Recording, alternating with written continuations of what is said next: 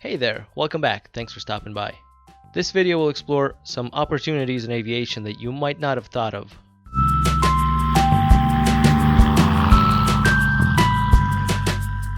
This list of things is basically to open up your mind a little bit and maybe broaden your horizons, and just to show you that there are some things you can do outside of being a pilot in aviation.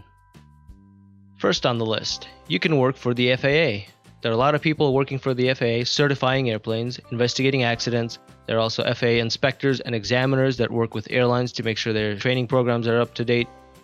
Another is airplane mechanic. Airplanes need servicing in order to be safe. They need oil, they need tires changed, and airplane mechanics do all that. Moving down the list, we have a flight attendant. You know what flight attendants are and what they do. They are on the airplanes, they serve you food, that's what you know them for. But their primary job is passenger safety. There's also air traffic control. If you're really new to aviation, air traffic control is really important, but you don't really hear about them as much.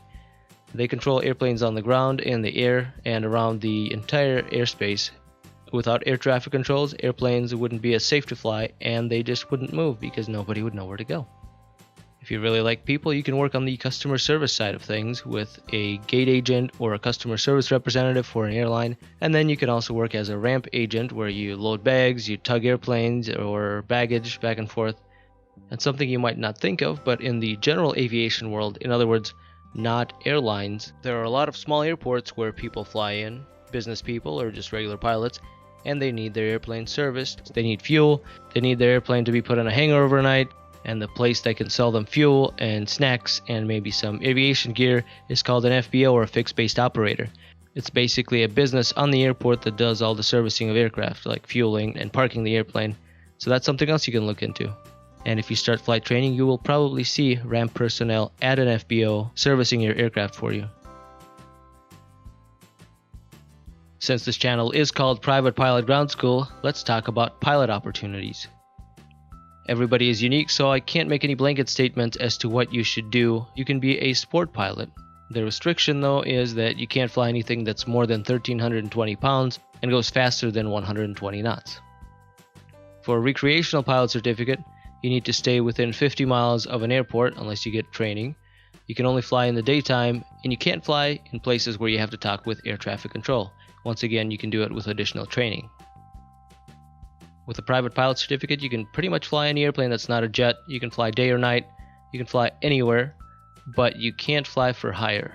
That's the main thing about private pilot. Somebody can't pay you to fly. Now, once you get the commercial pilot certificate, you can get paid to fly. You can fly for hire, and you need 250 hours minimum. Next on the list is an airline transport pilot, and that's an airline pilot, and you need 1,500 hours minimum for that. There are a few additional ratings you can get. For example, you can get an airplane seaplane rating, you can get a flight instructor or an instrument rating, you can also get a multi-engine rating. If you're new to flying and you want to get a job in the airline industry, let's say, you look at all these ratings and all these things and it's all confusing because why, when, how, what? So let's walk through a typical progression. Let's say you want to be an airline pilot. How do you get there? What ratings do you need, and roughly in what order? So first of all, you start with a private pilot certificate. You can add on an instrument rating to that, and so now you can fly in inclement weather with a private pilot certificate. Then you build flight time, you get 250 hours, and you can become a commercial pilot. To your commercial pilot certificate, you can add a multi-engine rating, and that will make you a lot more valuable as a pilot. Now from here, things kind of split off. You can become a flight instructor and instruct to build your flight time to get your 1,500 hours, or you can continue on as a commercial pilot with a multi-engine rating and then build flight time that way. However you decide to do it, if your goal is an airline transport pilot, you need a minimum of 1,500 hours, and whether you instruct or whether you fly commercial, you need 1,500 hours, and then you can become an airline transport pilot. So that's kind of the career progression, if you will, to get to the airline pilot certificate. Quick little side note, your instrument and multi-engine ratings don't have to be done in that particular order.